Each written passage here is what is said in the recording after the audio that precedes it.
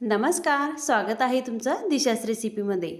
आज आपण इथं झणझणीत आणि टेस्टी अशी ओल्या तुरीच्या दाण्यांची आमटी करणार आहे, म्हणजे तुरीच्या दाण्यांची भाजी करणार आहे। आणि हिवाळा चालू आहे आणि मार्केटमध्ये आपल्याला तुरीच्या शेंगा सहज मिळतात, तर त्यासाठी एकदा ही आमटी म्हणजे भाजी नक्की ट्राय करा।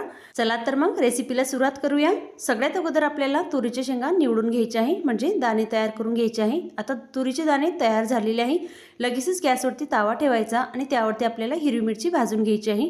आता हिरवी मिरचीचा आपल्याला थोडा ठेचा करून घ्यायचा आहे, तर त्यासाठी हिरवी मिरची छान खमंग भाजून घ्यायची। आता हिरवी मिरची छान भाजून झालेली आहे। आता त्यावरच आपल्याला लसूण टाकायचा आणि आलं सुद्धा भाजून घ्यायचं आहे आणि थोडं खोबरं सुद्धा छोटे छोटे काप करून घ्यायचे आणि ते सुद्धा त्यावरच टाकायचे आणि आपल्याला हे सगळं सोबत भाजून घ्यायचं आहे। आता हे सगळं छान भाजून झालेलं आहे। आता एका प्लेटमध्ये काढायचं आहे।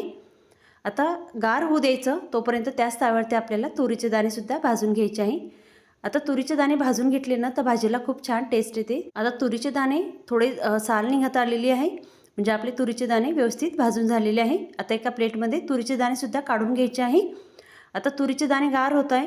आता लगेचच आपल्याला हिरवी मिरची, आलं, लसूण आणि खोबरं याचं वाटण करून घ्यायचं आहे। यावरच आपल्याला धुवून घेतलेला कोथिंबीर टाकायचं आहे। आता इथं थोडं जाडसर आपल्याला वाटण करून घ्यायचं आहे, जास्त बारीक करायचं नाही किंवा पाण्याचा वापर तर अजिबात करायचा नाही। पाणी न वापरता आपल्याला हे वाटण करून घ्यायचं आहे। बघा, अशा पद्धतीने थोडं जाडसर वाटण तयार करून घेतलेलं आहे। आता त्याच मिक्सरच्या भांड्यामध्ये तुरीचे दाणे सुद्धा आपल्याला बारीक करायचे आहे। आता वाटण काढून घ्यायचं आणि तुरीचे दाणे सुद्धा आपल्याला थोडे जाडसर बारीक करायचे आहे। जास्तही बारीक करायचे नाही किंवा पाणी वापरायचं नाही, पाणी न वापरता हे सुद्धा बारीक करायचं आहे। आता लगेचच गॅसवरती कढई ठेवायची, त्यामध्ये तेल टाकायचं। तेल छान कडकडीत तापलं की त्यामध्ये जिरं टाकायचं आणि आलं, लसूण, हिरवी मिरची, खोबरं हे वाटण करून घेतलेलं होतं ते टाकायचं आणि छान आपल्याला परतवून घ्यायचं आहे। लगेचच त्यामध्ये कढीपत्तासुद्धा टाकायचा। आता 5 मिनटं आपल्याला हे वाटण परतवून घ्यायचं आहे आणि नंतर लगेचच बारीक चिरून घेतलेला कांदा टाकायचा आहे। आता कांदासुद्धा आपल्याला छान गुलाबी होईपर्यंत परतवून घ्यायचा। आता लगेचच त्यामध्ये आपल्याला लाल टमाटर टाकायचं आहे, छान बारीक चिरून घ्यायचं आणि नंतर ते सुद्धा परतवून घ्यायचं आहे। आता लगेचच यामध्ये अर्धा चमचा हळद, अर्धा चमचा गरम मसाला आणि चिमूटभर तिखट टाकायचं। तिखट टाकल्याने छान रंग येतो, त्यासाठी थोडंसं तिखट टाकायचं। 2 चमचे धना पावडर टाकायची। आता हा पूर्ण मसाला आपल्याला तेल सुटेपर्यंत होऊ द्यायचा आहे, म्हणजे 5 ते 10 मिनटं हा मसाला छान होऊ द्यायचा आणि नंतर लगेचच त्यामध्ये तुरीचे दाणे बारीक करून घेतलेले होते ते सुद्धा टाकायचे। आता हे तुरीचे दाणे मिक्स व्यवस्थित करून घ्यायचे आणि नंतर यावरच आपल्याला चवीनुसार मीठ सुद्धा टाकायचं आहे। इथं मी जाड मिठाचा वापर केलेला आहे।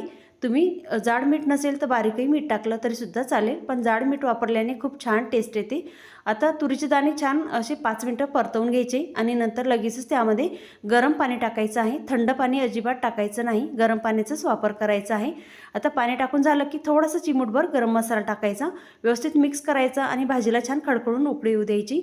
आता मंद आचेवरती आपल्याला 10 ते 15 मिनटं ही भाजी होऊ द्यायची आणि बघा, छान अशी खमंग आणि झणझणीत अशी आमटी तयार झालेली आहे। गॅस बंद करायचा आणि नंतर कोथिंबीर टाकायचं आहे।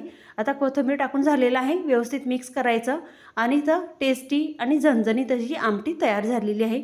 अगदी करायला सुद्धा सोपी रेसिपी आहे। एकदा ही रेसिपी तुम्ही नक्की ट्राय करा, कारण हिवाळा चालू आहे आणि मार्केटमध्ये आपल्याला सहज तुरीच्या शेंगा मिळतात, त्यासाठी एकदा ही रेसिपी तुम्ही नक्की ट्राय करा। आणि सगळ्यात महत्त्वाचं म्हणजे कशी वाटली तुम्हाला ओल्या तुरीच्या दाण्यांची आमटी म्हणजे भाजी? रेसिपी आवडली असेल तर लाईक करा, शेअर करा, चॅनलला सबस्क्राईब करा। धन्यवाद।